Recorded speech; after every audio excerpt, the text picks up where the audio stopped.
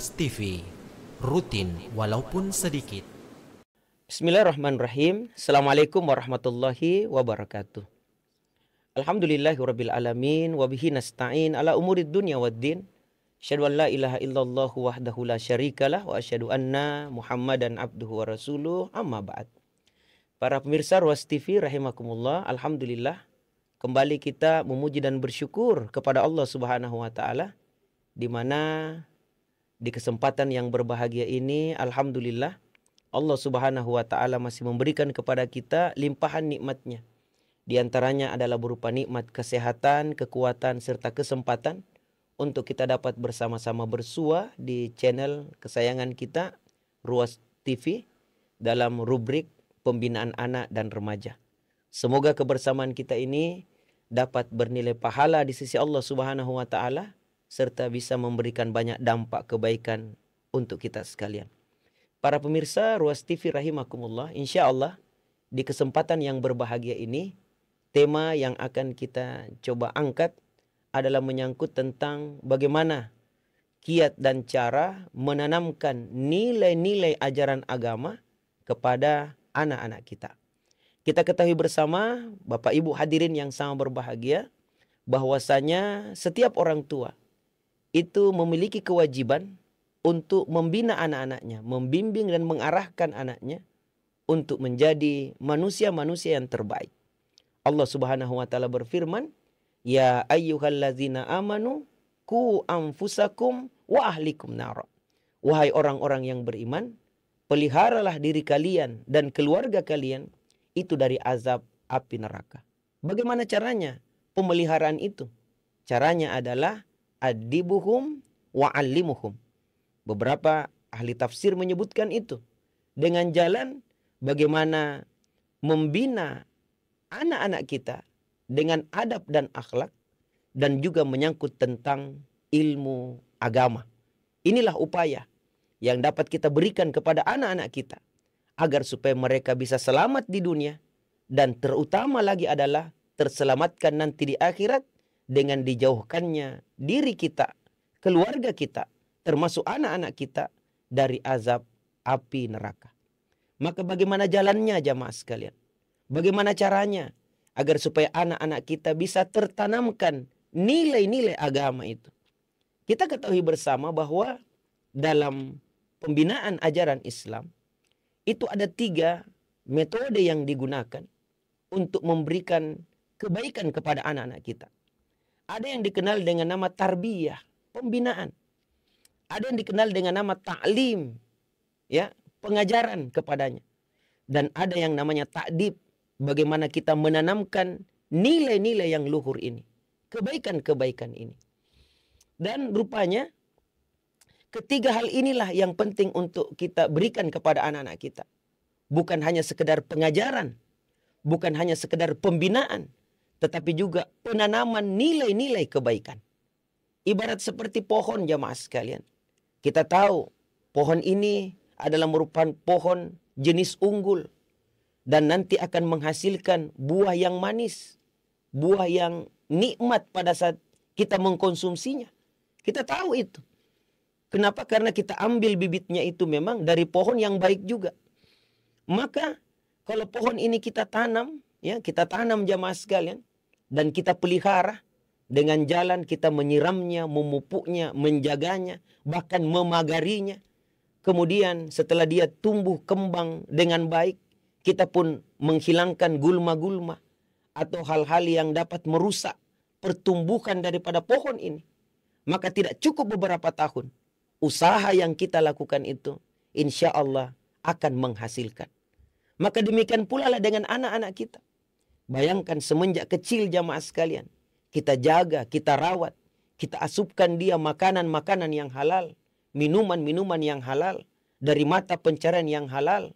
Kemudian kita berikan contoh teladan yang baik kepadanya, pengajaran yang baik, pembiasaan-pembiasaan untuk terinternalisasi nilai-nilai kebaikan itu pada dirinya.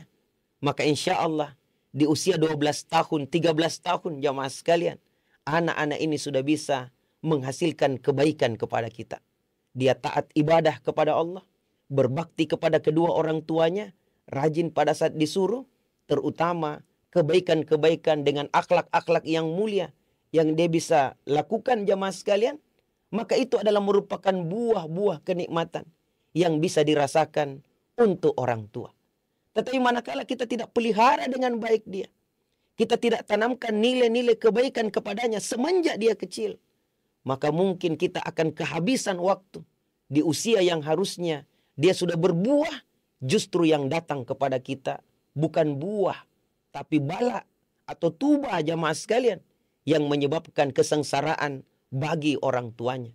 Bahkan boleh jadi penyesalan.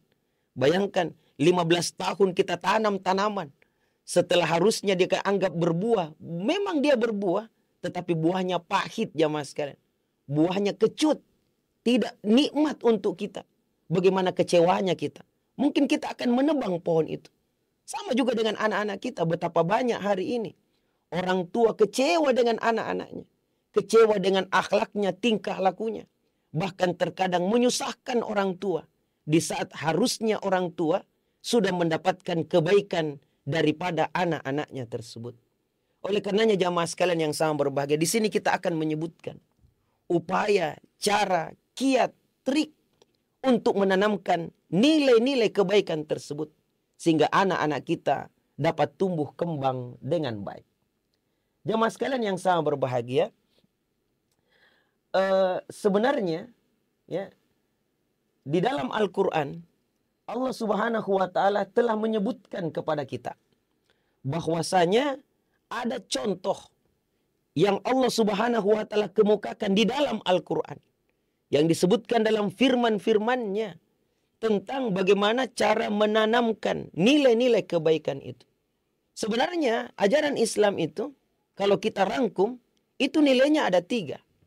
Yang pertama adalah iman, yang kedua adalah Islam, dan yang ketiga adalah ihsan. Ini ada 3 jamaah sekalian. Yang pertama adalah iman. Ini harus kita tanamkan. Bagaimana dia beriman kepada Allah, yakin kepada Allah, ya, malaikat, hari kiamat dan lain sebagainya. Kemudian yang kedua adalah Islam, yakni menyangkut tentang syariat, ya, semisal sholat, puasa, zakat, haji dan lain sebagainya. Kemudian yang ketiga adalah ihsan. Bagaimana kita mengajarkan kepada anak-anak kita nilai-nilai untuk dia muraqabah, merasa diri diawasi Allah Subhanahu wa taala. Maka jamaah sekalian yang sama berbahagia, dari tuntunan ini kita bisa mengambil satu pelajaran berharga, ya, yang terdapat dalam Quran surah Luqman, ya, surah Luqman itu di ayat yang ke-12 sampai dengan ayat yang ke-19. Di sana kita banyak menemukan pelajaran-pelajaran berharga. Apatah lagi kita sebagai orang tua, bagaimana kita menanamkan nilai-nilai kebaikan ini kepada anak-anak kita. Yang pertama jamaah sekalian yang sama berbahagia, ini ya, yang menarik dari ajaran Luqman ini kepada anaknya. Yang pertama adalah di ayat yang ke-12, ya, walaqad ataina Luqmanal hikmata anishkur lillah. Dan sesungguhnya telah kami berikan hikmah kepada Luqman, yaitu bersyukurlah kepada Allah. Jadi ajaran yang penting untuk kita tanamkan sejak dini kepada anak-anak kita adalah kesyukuran itu. Bagaimana bersyukur atas nikmat yang Allah berikan kepada kita. Apapun yang Allah berikan, kita syukuri. Dan keutamaan daripada kesyukuran itu adalah wa may yashkur fa innama yashkuru li nafsi. Barang siapa yang bersyukur, maka sebenarnya kesyukuran itu adalah untuk dirinya. Jadi kesyukuran ini tidak menyebabkan kita ini mandek. Kita ini stagnan dalam nikmat tersebut. Tapi bagaimana kita mampu untuk mengelola nikmat ini dengan kesyukuran kita kepada Allah Subhanahu wa taala, sehingga manfaat daripada kesyukuran itu kembali lagi kepada diri kita. Contoh jamaah sekalian, Allah memberikan kita nikmat berupa pendengaran. Maka syukuri nikmat pendengaran itu dengan menjaga, mempergunakan dengan sebaik-baiknya, ya, nikmat pendengaran yang Allah berikan kepada kita. Pada saat kita belajar misalnya, pada saat kita menimba ilmu dan lain sebagainya, dimanfaatkan pendengaran itu dengan baik. Nikmat yang Allah berikan, jamaah sekalian, sehingga karena kita serius ya dengan pelajaran kita, dengan ilmu yang kita sementara pelajari, maka insya Allah kebaikan itu akan kembali kepada diri kita dengan pemahaman pengetahuan yang kita miliki lewat nikmat yang Allah berikan kepada kita. Wa may yashkur fa innama yashkuru li nafsi. Dan ingat, kesyukuran ini adalah merupakan bahagian daripada keimanan kepada Allah Subhanahu wa taala. Ini yang pertama jamaah sekalian. Luqman mengajarkan kepada anaknya, banyak-banyak bersyukur. Nak. Banyak-banyak bersyukur. Alhamdulillah, kamu masih punya ayah, bunda. Bandingkan dengan teman-temanmu yang lain, nak. Boleh jadi ada yang sudah tidak mempunyai ayah atau ibu, atau kedua-duanya. Ya, alhamdulillah kita masih punya rumah, nak. Untuk kita bisa tempati untuk berteduh, untuk ibadah di dalamnya misalnya. Bandingkan dengan, jadi kesyukuran itu. Dan ini yang menyebabkan anak-anak kita bisa menjaga nikmat tersebut. Ya, kita berikan contoh misalnya, ini nak tasmu nak ya. Yang kau pakai ini nikmat dari Allah nak, alhamdulillah. Ada tasmu nak, jaga dia dengan baik. Pelihara dia dengan baik. Itu sudah jadi milikmu nak. Dan dijaga dengan baik ini. Maka dia akan jaga dengan baik. Dengan kesyukurannya, caranya bersyukur adalah dengan menjaganya. Akhirnya bisa awet tas itu. Akhirnya bisa awet yang namanya sepatu tersebut. Bisa awet perlengkapan-perlengkapan sekolahnya. Dengan kesyukuran untuk agar supaya bisa terjaga dengan baik nikmat-nikmat yang ada. Nah, ini yang pertama jamaah sekalian. Kalau ini ada, alhamdulillah jamaah sekalian. Anak kita insya Allah tidak banyak menuntut. Ya, tidak banyak menuntut, tidak banyak meminta kepada orang tua. Ya, itulah kenapa sampai Rasulullah mengajarkan kita metode untuk bersyukur. Unzuru ila man huwa asfala minkum. Senantiasalah kalian melihat apa yang ada di bawah kamu. Dan jangan kalian melihat apa yang ada di atas kamu. Alhamdulillah masih punya mobil. Bagaimana dengan, alhamdulillah kita sekarang sudah punya motor misalnya. Alhamdulillah. Bandingkan dengan selalu kita lihat di bawah, maka pasti kita akan bersyukur. Dan kita optimalkan kesyukuran kita itu dengan menjaga, merawat, dan bagaimana melanggengkan nikmat tersebut. Bahkan kalau perlu di-upgrade nikmat itu. Ini yang pertama jamaah sekalian. Tanamkanlah kesyukuran kepada Allah Subhanahu wa ta'ala. Alhamdulillah masih punya mata untuk melihat. Pendengaran untuk mendengar. Tangan, kaki, ya, dan seterusnya. Kemudian yang kedua jamaah sekalian. Penanaman nilai yang kedua adalah. Ini yang juga sangat penting. Yakni ajarkan dia keimanan kepada Allah. Ajarkan dia menyangkut tentang tauhid. Mengesahkan Allah Subhanahu wa ta'ala. Karena ini yang utama juga. Luqman mengajarkan kepada anaknya, wa iz qala Luqmanu libnihi wa huwa ya'izuhu ya bunayya la tusyrik billah.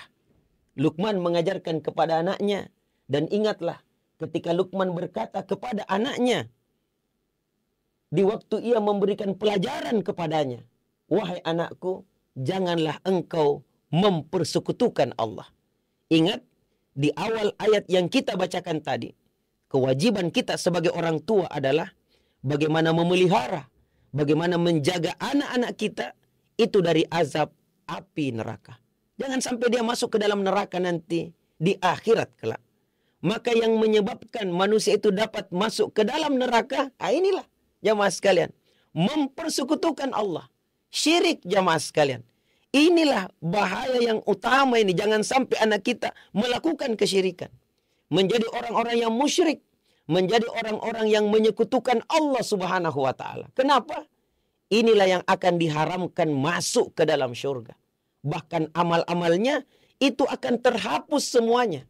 Biar dia rajin sholat, puasa, mengaji, haji, dan seterusnya.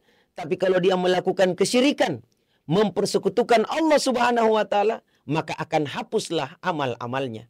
Allah berfirman, وَلَكَدْ أُوحِيَ إِلَيْكَ وَإِلَى الَّذِينَ مِنْ قَبْلِكَ لَإِنْ أَشْرَكْتَ لَيَحْبَطَنَّ عَمَلُكَ وَلَتَكُونَنَّ مِنَ الْخَاسِرِينَ. Dan telah diwahyukan kepadamu dan kepada nabi-nabi sebelum kamu, apabila engkau melakukan kesyirikan, maka akan hapuslah amal-amalmu dan nanti di akhirat akan termasuk golongan orang-orang yang merugi. Kenapa merugi? karena habis waktunya, tenaganya, biayanya, ya, untuk mengurus urusan dunia. Bahkan dia menganggap sudah banyak pahala yang dia dapatkan. Tapi kesyirikan yang dia lakukan, maka akan hapuslah amal-amalnya. Di dalam ayat yang lain jamaah sekalian, itu juga disebutkan bagaimana bahayanya yang namanya kesyirikan ini. Ya, bisa menghapuskan amal-amal kita. Ya, kita anggap sudah banyak amal kita, sudah banyak ibadah kita, namun sayang semuanya itu tidak ada gunanya sama sekali. Maka jauhkan anak kita itu daripada kesyirikan jamaah sekalian. Kita ajarkan ibadah anak-anak kita, plus juga bagaimana arti daripada ibadah tersebut. Misalnya di surah Al-Fatihah, pada saat dia sholat, kita ajarkan kepadanya bacaan-bacaanmu nak, terutama surah Al-Fatihah. Itu kan dikatakan iyyaka na'budu wa iyyaka nasta'in. Hanya kepadamu ya Allah kami menyembah, dan hanya kepadamu ya Allah kami minta pertolongan. Jadi bukan minta pertolongan kepada dukun, kepada tukang ramal, kepada pohon misalnya, tidak. Tapi kita minta pertolongan hanya kepada Allah Subhanahu wa Ta'ala. Pada saat kita beribadah semata-mata karena Allah. Ya, inna sholati wa nusuki wa mahyaya wa mamati lillahi rabbil alamin. Sesungguhnya salatku, nusyuk, ibadahku atau berkurbanku, bahkan hidup dan matiku hanya kuserahkan kepadamu ya Allah. Luqman mengajarkan kepada anaknya, pondasi dasar daripada kehidupan kita di dunia, jangan menyekutukan Allah. Sebab menyekutukan Allah adalah merupakan dosa yang sangat besar dan ancamannya keras nanti di akhirat kelak. Tidak akan dimasukkan ke dalam syurga, tapi akan dimasukkan ke dalam neraka jamaah sekalian. Yang ketiga, Luqman mengajarkan kepada anaknya nilai-nilai kebaikan berikutnya. Apa itu jamaah sekalian? Berbakti kepada kedua orang tua. Ini juga nilai yang utama. Wa wassaynal insana biwalidayhi hamalathu ummuhu wahnan ala wahnin wa fisaluhu fi amain anishkurli wali walidayk ilayyal masir. Dan kami perintahkan kepada manusia untuk berbuat baik kepada kedua orang ibu bapaknya. Ibunya telah mengandungnya dalam keadaan lemah yang bertambah-tambah, menyapihnya selama 2 tahun lamanya. Bersyukurlah kepadaku kata Allah, dan kepada kedua orang ibu bapakmu, dan hanya kepadakulah kembalimu. Ini ajaran utama jamaah sekalian. Kita ajarkan anak kita untuk berbakti kepada kedua orang tua. Jangan durhaka kepada kedua orang tua. Ingat, kalau kita ingin mendapatkan ridha Allah, maka berbaik-baiklah dengan orang tua kita. Ridha Allah, ridha walidain. Wa sukhtallah, wa sukhtal walidain. Ridha Allah itu tergantung daripada ridha orang tua, dan murka Allah tergantung daripada murka orang tua. Jadi kalau kita ingin Allah tidak murka kepada kita, berbaktilah kepada kedua orang tua.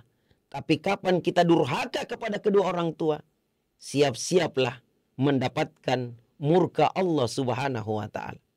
Para pemirsa Ruas TV rahimakumullah, ini yang terkadang luput kita mengajarkan kepada anak kita. Untuk jangan berkata-kata kasar di hadapan orang tua. Berbuat baiklah kepada mereka. Jamaah sekalian yang sama berbahagia, ada 3 kata Rasulullah yang terancam tidak akan masuk surga. Terancam tidak akan masuk surga. La yadkhulul jannah aqa wala mannan wala mutminul khamar. Terancam tidak akan masuk surga. Yang pertama adalah anak yang durhaka kepada kedua orang tuanya. Orang yang suka menyebut-nyebut pemberian. Dan orang yang kecanduan minum minuman keras. Ini yang terancam tidak akan masuk surga. Bahkan dalam riwayat yang lain disebutkan, salah satu kada harramahumullahu alaihimul jannah. 3 golongan manusia yang diharamkan masuk ke dalam syurga. Ancamannya keras jamaah sekalian. Yang pertama adalah mutminul khamar, orang yang kecanduan minum minuman keras. Yang kedua aqli walidayh, anak yang durhaka kepada kedua orang tuanya. Dan yang ketiga adalah ad-dayyuts, orang yang pemimpin rumah tangga yang membiarkan kebatilan beredar di dalam rumahnya. Untuk berbakti kepada kedua orang tua bukan hanya untuk anak saja, tetapi justru sampai kepada kita yang sudah menjadi orang tua. Disebutkan dalam ayat yang lain jamaah sekalian, bahwasanya sampai kepada usia kita sampai kepada 40 tahun. Ya, arba'ina sana. Sampai kepada usia 40 tahun, kita masih diingatkan untuk tetap berbuat baik kepada kedua orang tua kita. Ya. Tetap kita berbuat baik kepada beliau. Apalagi kalau orang tua kita itu masih hidup jamaah sekalian. Tetap kita disuruh, kita diperintah untuk tetap berbuat baik. Wa wassaynal insana biwalidayhi ihsana. Hamalathu ummuhu kurha wa wada'athu kurha. Wa hamluhu wa fisaluhu salasuna syahra. Hatta iza balaga asyuddah wa balaga arba'ina sana. Qala rabbi auzi'ni an ashkura ni'mataka allati an'amta alayya wa ala walidayya wa an a'mala salihan tardohu wa aslih li fi zurriyati inni tubtu ilaika wa inni minal muslimin. Surah Al-Ahqaf 46 ayat yang ke-15. Dan kami wajibkan kepada setiap anak untuk berbuat baik kepada kedua orang ibu bapaknya.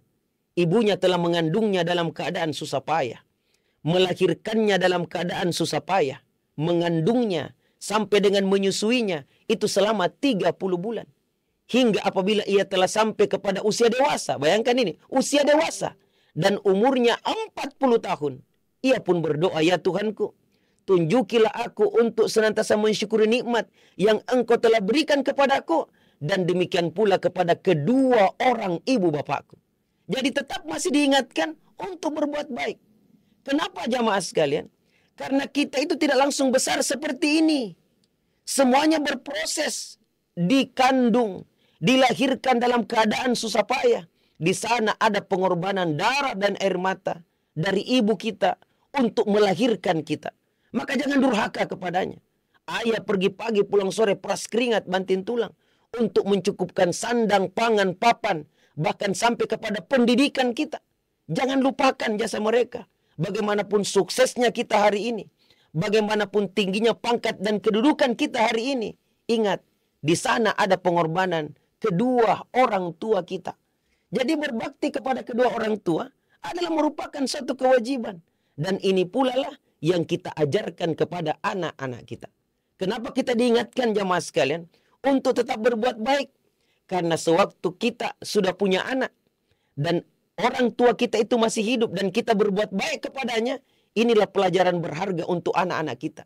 Dia melihat kita orang tuanya berbuat baik kepada kedua orang tua kita atau kepada mertua kita. Anak-anak kita melihat itu semuanya. Suatu ketika jamaah sekalian, sewaktu kita sudah tua renta, anak kita sudah tumbuh kembang dewasa, maka anak-anak kita inilah yang akan memperlakukan kita jauh lagi lebih baik daripada dia melihat dulu kita memperlakukan orang tua kita dengan sebaik-baiknya. Oleh karenanya, kalau kita ingin anak kita berbuat baik kepada kita, ya, menjadi anak-anak yang birrul walidain, anak yang berbakti, maka jalannya adalah berbakti pula lah kepada kedua orang tua. Jamaah sekalian yang sama berbahagia. Kemudian yang berikutnya, nilai yang berikutnya yang perlu untuk kita tanamkan adalah tetaplah berbuat baik kepada orang tua. Kalaupun yang dia suruh kita adalah merupakan perkara-perkara yang bertentangan dengan Allah dan Rasulnya. Semisal disuruh untuk membeli minuman keras. Atau disuruh anak perempuannya untuk menjajakan tubuhnya dan lain sebagainya. Maka kita berhak menolaknya. Kita berhak menolaknya. Tapi ditolak itu dengan cara yang baik jamaah sekalian. Bukan dengan cara yang kasar. Bukan dengan cara yang kotor. Jadi perbuatan baik kepada orang tua. Sampai kepada dia menyuruh kita kepada sesuatu. Yang bertentangan dengan Allah dan Rasulnya. Bertentangan dengan nilai-nilai ajaran agama.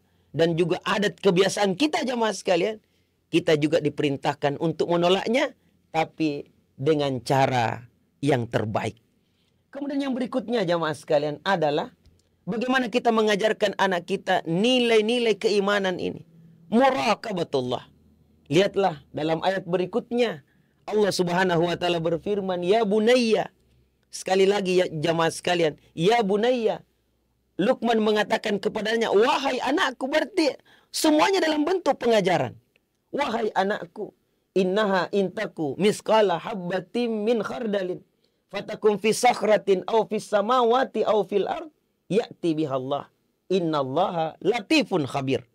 Kata Luqman, wahai anakku, sesungguhnya jika ada sesuatu perbuatan seberat biji sawi perbuatan itu dan berada di dalam batu atau tersimpan di langit ataukah dia terbenam di bumi, maka niscaya Allah akan mendatangkannya atau membalasinya. Jadi ada namanya hari pembalasan. Setiap perbuatan kita di dunia ini semuanya mengandung konsekuensi. Di dunia dan di akhirat. Perbuatan baik yang kita lakukan ada konsekuensinya. Perbuatan buruk yang kita kerjakan ada juga konsekuensinya. Berarti apa? Bapak Ibu hadirin yang sama berbahagia, ada konsekuensi dari setiap aktivitas kita. Dari setiap kegiatan kita. Tanamkan ini kepada anak-anak kita bahwa memang tidak ada CCTV yang melihatmu. Tidak ada ayah bunda memelototimu, tidak ada. Tidak ada orang di sekitarmu. Tapi ingat, ada Allah yang senantiasa melihat apa yang kita lakukan, apa yang kita kerjakan. Dan nanti di akhirat, semua itu akan terbuka, akan terbongkar, akan dipampangkan di hadapan kita. Bahkan di hadapan khalayak pada saat itu. Apa yang telah kita lakukan sewaktu hidup di dunia. Jadi ada semacam kontrol bagi anak-anak kita. Untuk senantiasa berpikir jauh lebih panjang. Dari setiap tindakan yang akan dia lakukan. Ada konsekuensinya. Kalau tidak didapatkan di dunia, maka nanti di akhirat. Bahkan Luqman mengajarkan, seberat apapun perbuatan yang kamu lakukan. Apakah kebaikan atau keburukan. Bahkan begitu tersembunyinya perbuatan itu. Apakah berada dalam batu, tersimpan di langit, ataukah dia terbenam di dalam bumi misalnya. Maka pasti akan didatangkan nanti. Pasti akan dibalasi jamaah sekalian. Inilah yang menyebabkan anak-anak kita nanti akan jujur dalam kehidupannya. Amanah, tanggung jawab jamaah sekalian. Ada yang namanya integritas dan lain sebagainya. Semuanya disebabkan karena perasaan ada Allah yang mengawasi. Ada Allah yang melihat. Ada Allah yang memperhatikan. Dan semuanya nanti akan terbalaskan. Indonesia ini jamaah sekalian. Ya, tidak kurang orang pintarnya. Banyak sekali. Tetapi yang kurang adalah orang-orang yang jujur. Dan rupanya kejujuran ini yang menyebabkan orang itu bisa jujur jamaah sekalian. Yang paling kuatnya adalah adanya pengawasan. Adanya keyakinan ada Allah yang mengawasi. Inna rabbaka labil mirsad. Sesungguhnya Tuhanmu itu maha mengawasi. Kalau ini ada, yakinlah. Anak tidak akan sembunyi-sembunyi nonton video porno misalnya. Kalau dia sebagai seorang pejabat, maka dia tidak akan mau melakukan yang namanya korupsi jamaah sekalian. Kalau dia seorang siswa, dia tidak akan menyontek pada saat ujian. Kalau dia seorang pedagang, dia tidak akan mencurangi anak timbangan dan lain sebagainya.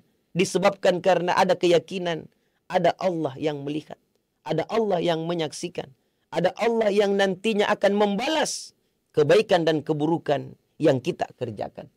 Kemudian yang berikutnya jamaah sekalian, ajari anak untuk sholat. Ya bunayya aqimis sholat. Sholat. Ajari anakmu sholat 7 tahun. 10 tahun tidak sholat, pukul dia.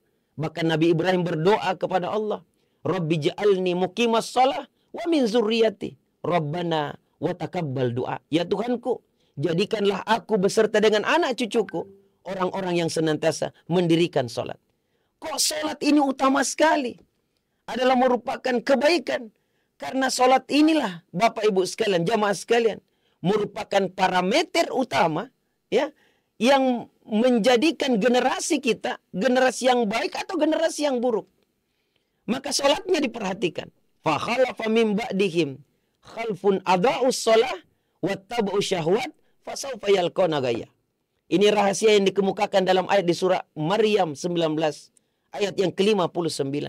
Akan datanglah generasi yang buruk setelah mereka. Siapa generasi yang buruk itu? Cuma 2 indikasinya dalam ayat ini. Yang pertama adalah menyia-nyiakan sholat. Dan yang kedua adalah memperturutkan hawa nafsu. Berarti sholat adalah merupakan hal yang sangat utama. Bahkan tiang agama jamaah sekalian. Sholat. Setelah sholat apa? Amar ma'ruf, nahi mungkar. Dan juga sabar akan ujian-ujian yang menimpa. Kemudian yang berikutnya jamaah sekalian, ini akhlak. Jangan angkuh. Jangan sombong di hadapan manusia. Bahkan jangan memalingkan mukamu dari manusia karena sombong. Mungkin karena lebih tinggi pangkat dan kedudukan. Lebih banyak harta. Lebih mentereng dan lain sebagainya. Diingatkan. Jangan sombong. Ya, jangan angkuh di hadapan manusia. Demikian pula yang terakhir jamaah sekalian. Yang terakhir adalah sederhanalah di dalam berjalan. Serta dalam bertutur kata harus dengan kata-kata yang baik. Inilah ajaran Luqman kepada anaknya. Yang diwariskan kepada kita jamaah sekalian. Kalau kita tuntun anak kita. Tanamkan nilai-nilai kebaikan ini, insya Allah. Anak-anak kita nantinya ke depan menjadi generasi terbaik di masa yang akan datang. Akan menjadi investasi pahala untuk kita. Walaupun kita sudah tiada. Dan mereka inilah yang akan melanjutkan keturunan keluarga jamaah sekalian. Mereka juga nantinya akan besar, akan dewasa, akan mempunyai anak, akan mempunyai cucu jamaah sekalian. Kalau kita tanamkan sejak dini kepada mereka nilai-nilai kebaikan ini, insya Allah mereka tidak akan pernah mengecewakan kita. Mengecewakan keluarga, bahkan mengecewakan sampai kepada bangsa dan negara kita. Demikianlah jamaah sekalian. Semoga Allah Subhanahu wa taala memudahkan kita semuanya di dalam kebaikan. Tertuntun anak-anak kita dalam kebaikan dengan penanaman nilai-nilai kebaikan ini sedini mungkin kepada generasi kita, kepada anak-anak kita. Lebih dan kurangnya saya mohon maaf yang sebesar-besarnya. Subhanakallahumma rabbana wa bihamdik. Nashhadu an la ilaha illa anta wa nastaghfiruka wa natubu ilaik. Subhana rabbika rabbil izzati amma yasifun. Wassalamun alal mursalim. Walhamdulillahi rabbil alamin. Assalamualaikum warahmatullahi wabarakatuh.